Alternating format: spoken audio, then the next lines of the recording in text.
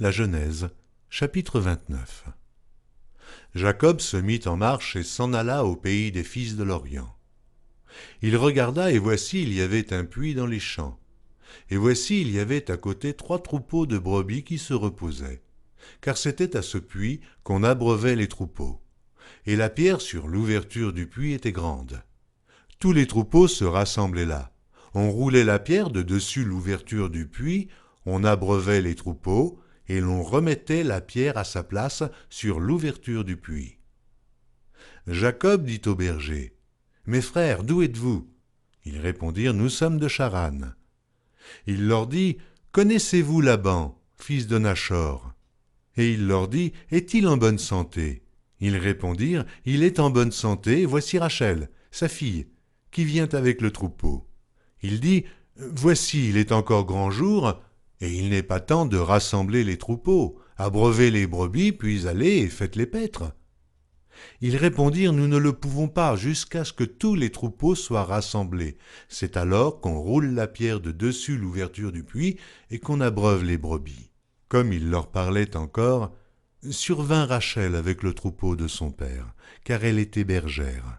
Lorsque Jacob vit Rachel, fille de Laban, frère de sa mère, et le troupeau de Laban, frère de sa mère, il s'approcha, roula la pierre de dessus l'ouverture du puits, et abreuva le troupeau de Laban, frère de sa mère. Et Jacob baisa Rachel, il éleva la voix et pleura.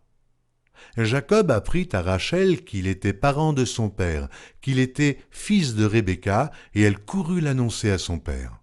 Dès que Laban eut entendu parler de Jacob, fils de sa sœur, il courut au-devant de lui, il l'embrassa et le baisa, et il le fit venir dans sa maison. Jacob raconta à Laban toutes ces choses.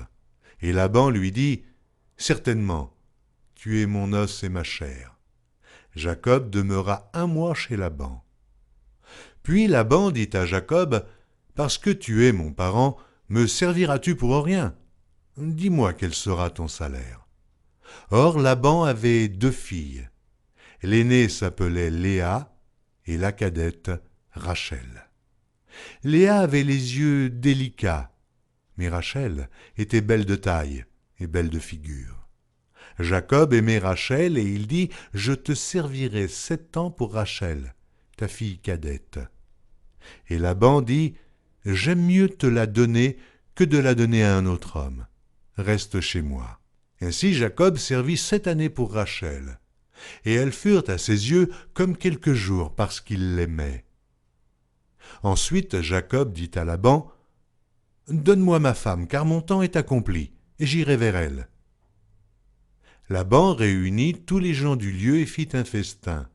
Le soir, il prit Léa, sa fille, et l'amena vers Jacob, qui s'approcha d'elle. Et Laban donna pour servante à Léa sa fille, Zilpa, sa servante. Le lendemain matin, voilà que c'était Léa. Alors Jacob dit à Laban, « Qu'est-ce que tu m'as fait? N'est-ce pas pour Rachel que j'ai servi chez toi? Pourquoi m'as-tu trompé ?» Laban dit, « Ce n'est point la coutume dans ce lieu de donner la cadette avant l'aînée. Achève la semaine avec celle-ci, et nous te donnerons aussi l'autre pour le service que tu feras encore chez moi pendant 7 nouvelles années. » Jacob fit ainsi, et il acheva la semaine avec Léa.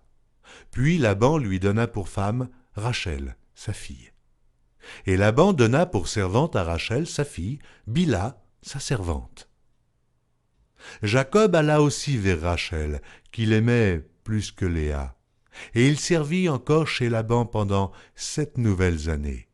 L'Éternel vit que Léa n'était pas aimée, et il la rendit féconde, tandis que Rachel était stérile. Léa devint enceinte et enfanta un fils, à qui elle donna le nom de Ruben, car elle dit, « L'Éternel a vu mon humiliation, et maintenant mon mari m'aimera. » Elle devint encore enceinte et enfanta un fils, et elle dit, « L'Éternel a entendu que je n'étais pas aimée, et il m'a aussi accordé celui-ci. » Et elle lui donna le nom de Siméon. Elle devint encore enceinte et enfanta un fils, et elle dit, « Pour cette fois mon mari s'attachera à moi, car je lui ai enfanté 3 fils. C'est pourquoi on lui donna le nom de Lévi. » Elle devint encore enceinte et enfanta un fils, et elle dit, « Cette fois je louerai l'Éternel. » C'est pourquoi elle lui donna le nom de Juda, et elle cessa d'enfanter.